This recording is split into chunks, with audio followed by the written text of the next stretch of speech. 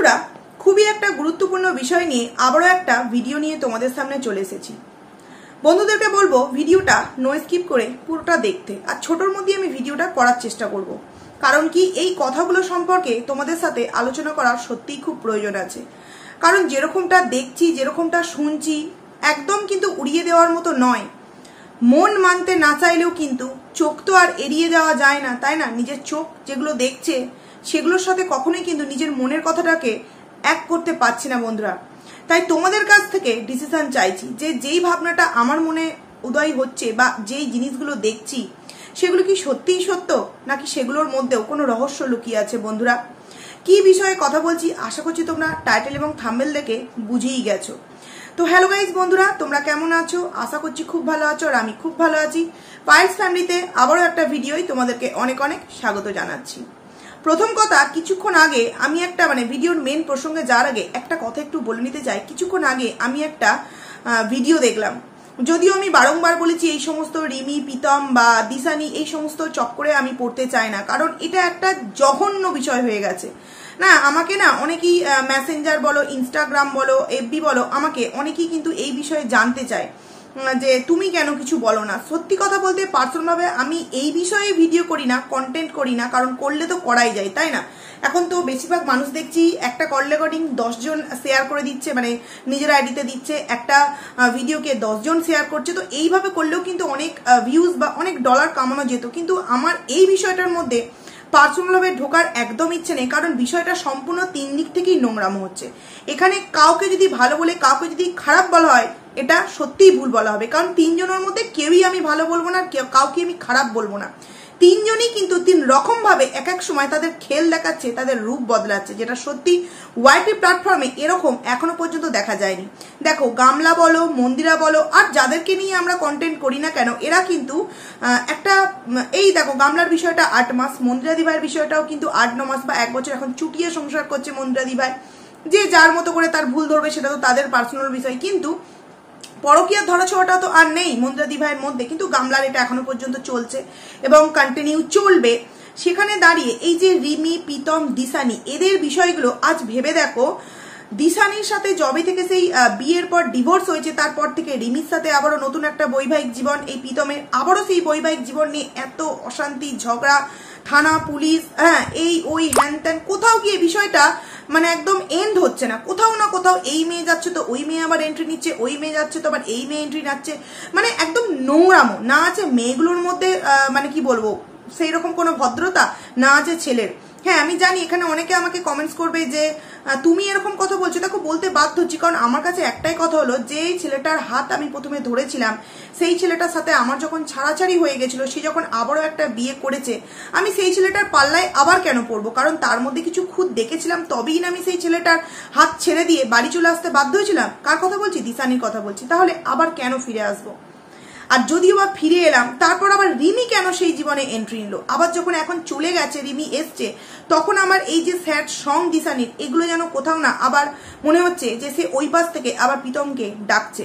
যদিও আমি এই বিষয়ে কোনো কথাই বলতে চাই না, তবু আমার ভালো লাগে না, কিন্তু তবু আজকে বলতে বাধ্য হচ্ছি একটা কারণে, যেরকমটা টাইটেল থাম্বনেল দিয়েছি, এই যে আমাদের সীমা দিভাই।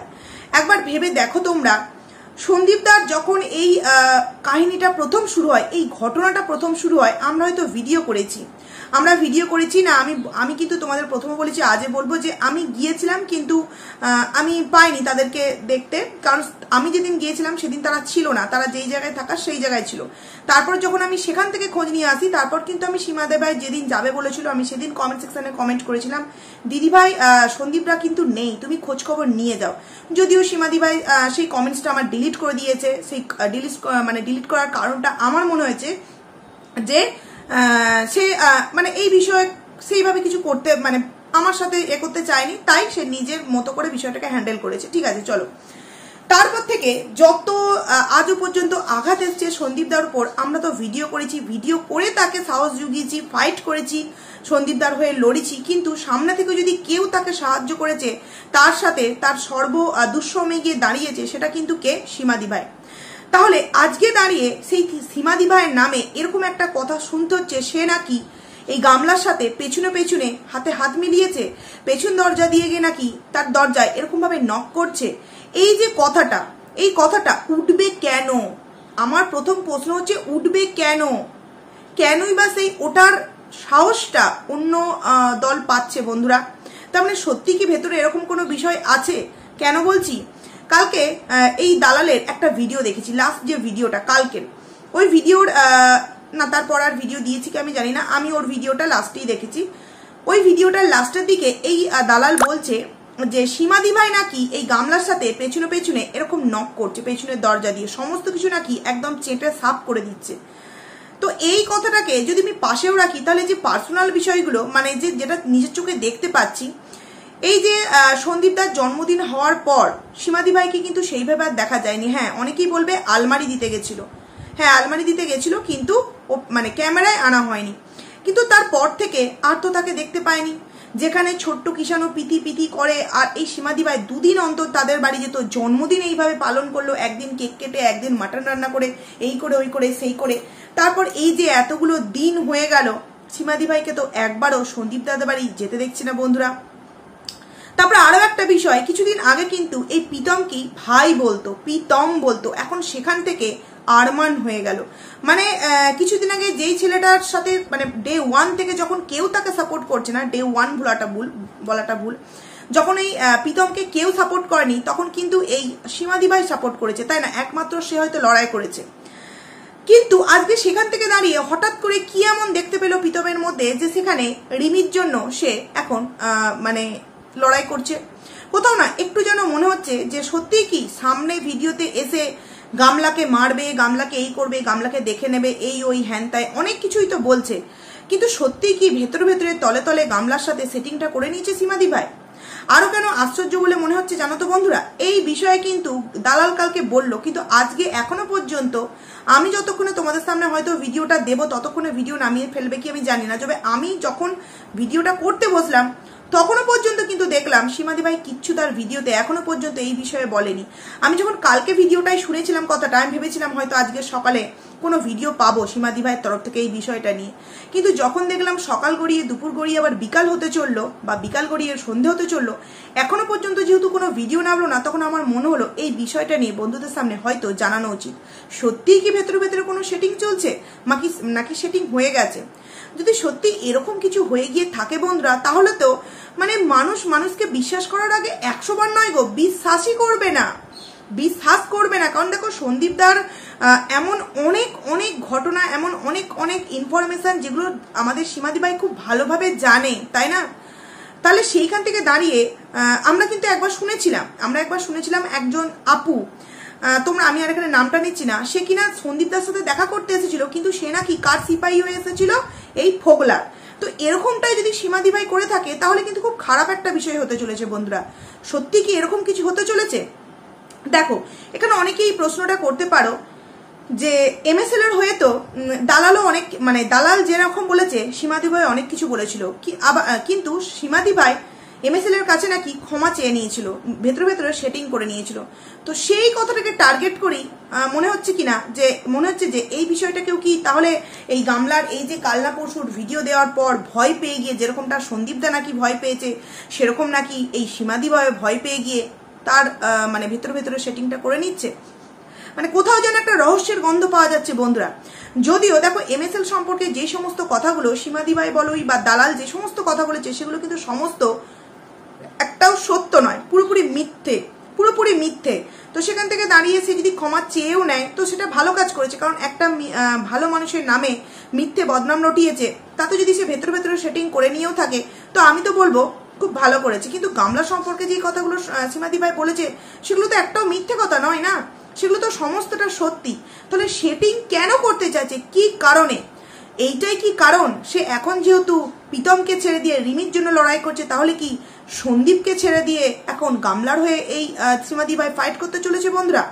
তাহলে কি আমরা কিছুদিন পর দেখবো প্রীতমের জায়গায় সন্দীপ দা আর রিমির জায়গায় আমাদের গামলা? মানে তখন বিষয়টা কি হবে বন্ধুরা? যেই মানুষটা সন্দীপদার পাশে এইভাবে মানে কি বলবো একটা বটগাছের মতো হয়ে দাঁড়িয়েছে, সেই বটগাছটাই যদি এখন সন্দীপদার উপর খুব চাপ সৃষ্টি করে এই বিষয়টার জন্য, তাহলে ব্যাপারটা কি হবে? মানে যেন কোথাও যেন একটা ভাবনা সৃষ্টি করছে বন্ধুরা। কারণ কি এই রিমি প্রীতম দিশানির যে ঘটনাটা দেখছি, কিছুক্ষণ আগে একটা ভিডিও দেখলাম যেটা ওই একজন অপূর্ব না কি নাম আছে, অপূর্ব খিস্তিবাস এরকম একটা আইডিয়া আছে, সেখানে দেখলাম ওমা একটা কল রেকর্ডিং শুনলাম এরকম নাকি প্রীতমের নামে অজস্র কেস হচ্ছে, এই হচ্ছে ওই হচ্ছে, হ্যাঁ এর কাছে যেতে বলছে ওর কাছে যেতে বলছে। রিমি বলছে যে এই কথাটা আমারও কোথাও একটু ডাউট লেগেছে যে রিমি ওখানে ভালো নেই। একটা মেয়ে যদি তার শ্বশুর বাড়িতে গিয়ে ভালো থাকবে তাহলে কেন সে নিজের মুখে বলবে যে আমাকে বাড়ি থেকে কেউ বের করছে না, আমি নিজে থেকে বেরিয়ে যাব? সেই মেয়েটা এতটাই ভালোবাসে প্রীতমকে যে সেই ছেলেটাকে ছেড়ে সে থাকতে পারি না। আমি এখানে রিমি, প্রীতম, দিশানি কারোর এই ভিডিওতে বলছি না, আমি জাস্ট সীমাদিবাইয়ের প্রসঙ্গটা উঠলো বলে আমি এই কথাগুলোকে জাস্ট তোমাদের সামনে একটু তুলে ধরতে চাইছি বন্ধুরা, কারণ চোখ কান তো হ্যাঁ শুনছি, একটু মুখ দিয়ে বেরিয়েও যাচ্ছে বিষয়টা। সেখানে রিমি ওই কল রেকর্ডিং এর মধ্যে বলছে যে আমাকে কেউ বাড়ি থেকে বের করে দিচ্ছে না, আমি বেরিয়ে যাব। মানে কেউ যদি তোমার উপর কোনো রকম কোনো অত্যাচার নাই করে থাকে তুমি বেরিয়ে যাবে কেন? তুমি কোনো মেয়ে যদি অনেক স্ট্রাগলের পর সে তার সংসারটাকে ফিরে পায়, সে কি বেরিয়ে যেতে চায়? কখনোই চায় না। তাহলে রিমি বলছে এই যে বেরিয়ে যাবো, তার মানে কি সত্যিই তাকে টর্চার করা হচ্ছে? উপরোক্ত দেখানো হচ্ছে যে তাকে নিয়ে ডক্টর দেখাতে যাওয়া হচ্ছে, তাকে নিয়ে তার এই টেস্ট করানো হচ্ছে, তার 6টা ট্যাটুর জন্য নাকি তার অনেক প্রবলেম হচ্ছে, তাকে ফল খাওয়াতে হবে, তাকে ফুচকা খাওয়াচ্ছে, এগুলো সমস্ত কিছু কি জাস্ট উপরিউক্ত দেখানো, ভিউয়ারদের সামনে ভালো ভালো কথা বলা? এই দেখো আজকে একটা কথা শুনলাম যে যারা নাকি প্রীতমের লাইভে স্ল্যাং ইউজ করছে, প্রীতম যাদেরকে স্ল্যাং দিচ্ছে তারা নাকি গিয়ে এই প্রীতমের নামে কেস করছে। অনেকে আমার ভিডিওতে আমাকে এরকম কমেন্টস করতে মানে কিছুদিন আগে পর্যন্ত করতো যে এত ভয়ে কন্ট্রোভার্সি করা যায় না, স্ল্যাং ইউজ না করে বা কোনো কঠোর কথা না বলে কন্ট্রোভার্সি করা যায় না। কিন্তু কি জানো তো, আমি না অল্প ভিউজে আমি সন্তুষ্ট, আমি কখনো মুখ দিয়ে স্ল্যাং ইউজ করতে চাই না। কারণ আমার মনে হয় আমার এই ভিডিওটা আমার ফ্যামিলি মেম্বার্সরাও কখনো না কখনো দেখতে পারে, তো সেখান থেকে সে আমার বাড়িতে একটা রূপ দেখে যে এই মেয়েটা কখনো মুখ দিয়ে একটা ভাষা বের করে না, অথচ এই ভিডিওতে এইরকম ভাষা বের করে, মানে ওর ভেতরে এই ভাষাগুলো আছে। তো সেখান থেকে দাঁড়িয়ে যেই বিষয়টার সাথে না আমি ছোট থেকে, না আমি আমার বাপের বাড়িতে, না আমি আমার শ্বশুর বাড়িতে অভ্যস্ত, তাহলে কন্ট্রোভার্সির জগতে এসে আমি কি করে একজন কন্ট্রোভার্সি ক্রিয়েটার বলে আমি সেই স্ল্যাংগুলোকে ইউজ করবো বন্ধুরা? সেইখান থেকে দাঁড়িয়ে যে যতই আমাকে কমেন্টস করেছে, ভিতু বলেছে, আমি কখনো আমার ভিডিওতে স্ল্যাং দিইনি। কারণ আমি মনে করি কন্ট্রোভার্সি করা মানে স্ল্যাং দিয়ে নিজের একটা যে পরিচয়, একটা যে গাম্ভীর্য সেটা দেখানো নয়, যেটা এই গামলা করলো সন্দীপদাকে হারাম ড্যাস বলে। কিন্তু সন্দীপদা দেখেছো, সন্দীপদাও তো ভিডিও করে, সন্দীপদাও কিন্তু তার এই গামলা কথা বলে তার বিপরীত দিকে কিন্তু সন্দীপদাও কথাগুলো বলে, কিন্তু কোনো সময় কিন্তু স্ল্যাং দিয়ে বলে না। এটাই হচ্ছে একটা মানুষের স্ট্যান্ড পয়েন্ট, যে আমাকে যে যত ফোর্স করুক নোংরামি করাবার জন্য, কিন্তু আমি আমার স্ট্যান্ড পয়েন্ট থেকে সরবো না। সেখান থেকে দাঁড়িয়ে এই যে সীমাদি ভাই যেটা করছে সেটাতে বড্ড ডাউট লাগছে বন্ধুরা। এই দালাল কিন্তু বললো যে একদম সঠিক কথা নাকি বলছে, যে সে নাকি এরকম পেছন দিক দিয়ে নাকি এরকম নক করছে। তাহলে কি এটাও দালাল বললো যে আরো অনেকে আছে পেছন দিক দিয়ে নক করছে? তাহলে কি গামলার আজকের যে ভিডিওর অ্যাটিটিউড, যে নাকি ভয়ে একদম কাচুমাচু হয়ে গেছে সন্দীপ দাও, তাহলে কি সন্দীপ দাও পেছনে পেছনে গামলার কাছে ক্ষমা চেয়ে নিল? কোথাও যেন সব তালে গোলে এক হয়ে যাচ্ছে। আর যদি এরকম হয়েও থাকে বন্ধুরা, তাহলে বিষয়টা অ্যাকচুয়ালি গিয়ে দাঁড়াবে কোথায়? কারণ গামলার কমেন্ট সেকশনে একজন লিখেছে, আমি দেখলাম, আমি স্ক্রিনশট নিয়ে রেখেছি, সে এতটাই ভদ্র মেন্টালিটির একজন মানুষ। তিনি বলছেন তুমি সন্দীপের সংসারে ফিরে যাও, সন্দীপের সংসারে ফিরে গিয়ে ওকে তুমি তোমার আঙুলের ডগায় নাচাবে, উঠতে বললে ওঠাবে, বসতে বললে বসাবে। মানে বিষয়টা কি? একটা মেয়ে একটা ছেলের সাথে পরকিয়া করছে, নোংরামো করছে, তারপরেও তাকে রায় দেওয়া হচ্ছে যে সে যাতে সন্দীপের বাড়িতে ফিরে যায়, ফিরে গিয়ে প্রতিশোধ নেওয়ার জন্য তার উপর নানান রকম অত্যাচার করে, তার আঙুলের ডগায় নাকি সন্দীপকে ওঠায় আর বসায়। সেখানে একবার তোমাদের মনে হচ্ছে না যে এই যে আঙুলের ডগায় ওঠানো আর বসানোর মধ্যে কিষানুর লাইফটা কি হবে? সে কোথায় যাবে? উঠাবে আর বসাবে, সন্দীপদার উপর যে চাপ সৃষ্টি করবে, তাতে তো কোনো মানুষই ভালো থাকতে পারবে না।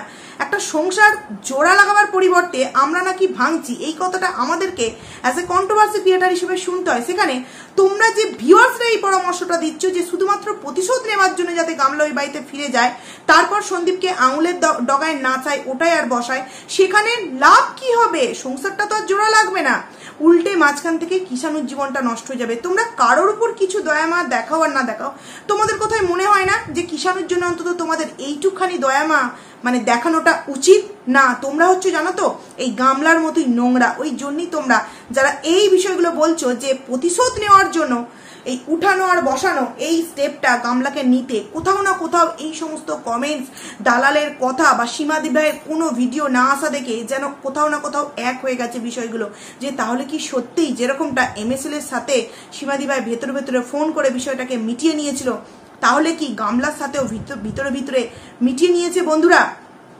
কারণ এই যে কালকের ভিডিওতে যে সমস্ত কথা বা এই কদিন ধরে যে সমস্ত কথাবার্তা বলছে, হয়তো গামলাকে বলছে কিন্তু সমস্ত কিছু কিন্তু উপরিউক্ত ছুঁয়ে যাচ্ছে, ডিপলি ভাবে কিন্তু কিছুই বলছে না বন্ধুরা। এই যে গামলা এত হম্বি তম্বি মেরে একটা ভিডিও কালকে দিল, সেই নিয়েও কিন্তু হেসে খেলে কথা বলে গেল, সেইভাবে কিন্তু কিছুই বললো না। তাহলে কোথাও না কোথাও কিন্তু একটা রহস্যের গন্ধ বন্ধুরা অবশ্যই পাওয়া যাচ্ছে, যে কিছু তো একটা হচ্ছে, তাই না? তো এই বিষয়ে তোমাদের মতামত কি? যে সীমাদি ভাই পাতালো প্রীতমকে, আবার আজকে তাকে আরমান বলছে এই রিসেন্ট 2-1 মাসের মধ্যে, তাহলে সেখানে কি সত্যিই সীমাদি ভাই সন্দীপদার পাশ থেকে সরে গিয়ে গামলার হয়ে পেছন দরজা দিয়ে নক করে সন্দীপদার জীবনে বিপদ আনতে চলেছে? যদি এরকম কিছু সত্যিও হয়েও থাকে তাহলে তো মানে বিশাল ভাববার বিষয়, তাই না? বিশাল ভাববার বিষয়। তাহলে তো বলতে হয় যারা অনেকদিন আগে থাকতে বলেছিল সন্দীপদাকে যে যাকে তুমি আজকে, বা আমাদের স্পেশাল দীপ ভাই একটা কথা বলেছিল যে যাকে তুই আজকে নিজের দিদি বলে মনের কথা প্রাণের কথা উজাড় করে বলে দিচ্ছিস, দেখিস সেই দিদিই না একদিন তোর গলার কাঁটা হয়ে দাঁড়িয়ে যায়। এটা কিন্তু আমাদের স্পেশাল দীপ ভাই তার ভিডিও যে প্রথম যে 3-4 মাস না, প্রথম দিকে মানে আজ থেকে 4-5 মাস আগে যে দুটো লাইভ আর দুটো ভিডিও নামিয়েছিল, তাতে কিন্তু আমাদের স্পেশাল দীপ ভাই এই কথাটা বলেছিল যে দিদি ভাইকে গলায় করে আজকে ঝুলিয়ে তুই সারা জায়গায় নিয়ে যাচ্ছিস, সেই দিব্যাই না তোর গলার কাঁটা হয়ে যায়। মানে সত্যি কথাটা কি সত্যিই ফলে যেতে চলেছে বন্ধুরা? কোথাও কিন্তু একটু ভয় লাগছে বন্ধুরা। তো যাই হোক, এটা তো একটা তোমাদের সামনে কথা বললাম। এখানে আরো একটা আমি কথা বলতে চাইছি, যদি এটাও হয়ে থাকে যে গামলাকে যদি ফোন করে সীমাদি ভাই সমস্ত কিছু মিটিয়ে নিতেও চায়, তাহলে গামলা কেন মিটিয়ে নিচ্ছে বিষয়টাকে? কারণ গামলা তো ফিরে আসতেই চায় না, গামলা তো ফোগলাকে ভালোবাসে। তাহলে গামলার সীমাদি ভাইয়ের সাথে সমস্ত কিছু মিটিয়ে মাটিয়ে লাভটা কি গামলার? তাহলে কি গামলা আর মানে গামলাও কিছু নতুন করে প্ল্যান আসছে যে এই যে বলছে বারবার আমি ডিভোর্স চাই না, মানে আবারও কি তার ওই বাড়িতে ফিরে যাওয়ার কোনো ফোন দিয়ে আসছে যেখানে ভিউয়ার্স বলছে ওঠাতে আর বসাতে, সেরকম কোনো প্ল্যান? নাকি কোনো ডিমান্ড করবে সন্দীপদার দিকে যে আমি ডিভোর্স দেব না, আমাকে ডিভোর্স দিতে হলে এই জিনিসগুলো আমার চাই? বন্ধুরা কোথাও কিন্তু বিষয়টা অনেকটা দূর এগিয়ে গেছে। যেটাই হোক খুবই খারাপ হচ্ছে, যে খারাপটার যখন আমাদের সবাইকার চোখের সামনে আসবে সেটা সত্যি হয়তো ভিউয়ার্সরা মেনে নিতে পারবে না। ভিউয়ার্সরা হয়তো একে অপরের প্রতি যে বিশ্বাসটা করতো শুধুমাত্র চোখে দেখে, সেই বিশ্বাসটা কিন্তু তাদের কোথাও না কোথাও উঠে যাবে বন্ধুরা। কি আমি যেটা বলছি ঠিক বলছি না ভুল বলছি অবশ্যই কিন্তু তোমরা কমেন্টস করে জানিও। একটা কথা সীমাদি ভাইকে একটু জিজ্ঞাসা করছি, জানি না সে ভিডিওতে এই বিষয়ে কোনো রিপ্লাই দেবে কিনা। কথা হয় সন্দীপদার সাথে, কথা হয় ছোট্ট কিষাণুর সাথে, সন্দীপদার বাবা মার সাথে কথা হয় সেই আলমারি দিয়ে আসার পর থেকে? না, আমার তো মনে হয় না, তাই না? সেখান থেকে দাঁড়িয়ে যেই ব্লেমটা তোমার দিকে উঠছে সেই নিয়ে তুমি মুখ খোলো, আমরাও শুনতে চাই যে কোনটা সত্য আর কোনটা মিথ্যা। ভেতর ভেতর কি সত্যি প্ল্যান চেঞ্জ হয়ে গেছে? সেই প্ল্যানের মধ্যে কি গামলা এন্ট্রি করেছে? সত্যিই জানতে চাইছি বন্ধুরা। তো যাই হোক, এটা একটা খুবই আর্জেন্ট ভিডিও বলতেই পারো, তোমাদের মতামত অবশ্যই আমার জানার প্রয়োজন আছে। চলো ভিডিওটাকে এখানেই এন্ড করছি, খুব তাড়াতাড়ি তোমাদের জন্য আবারও একটা ভিডিও নিয়ে আসতে চলেছি বন্ধুরা। তো চলো।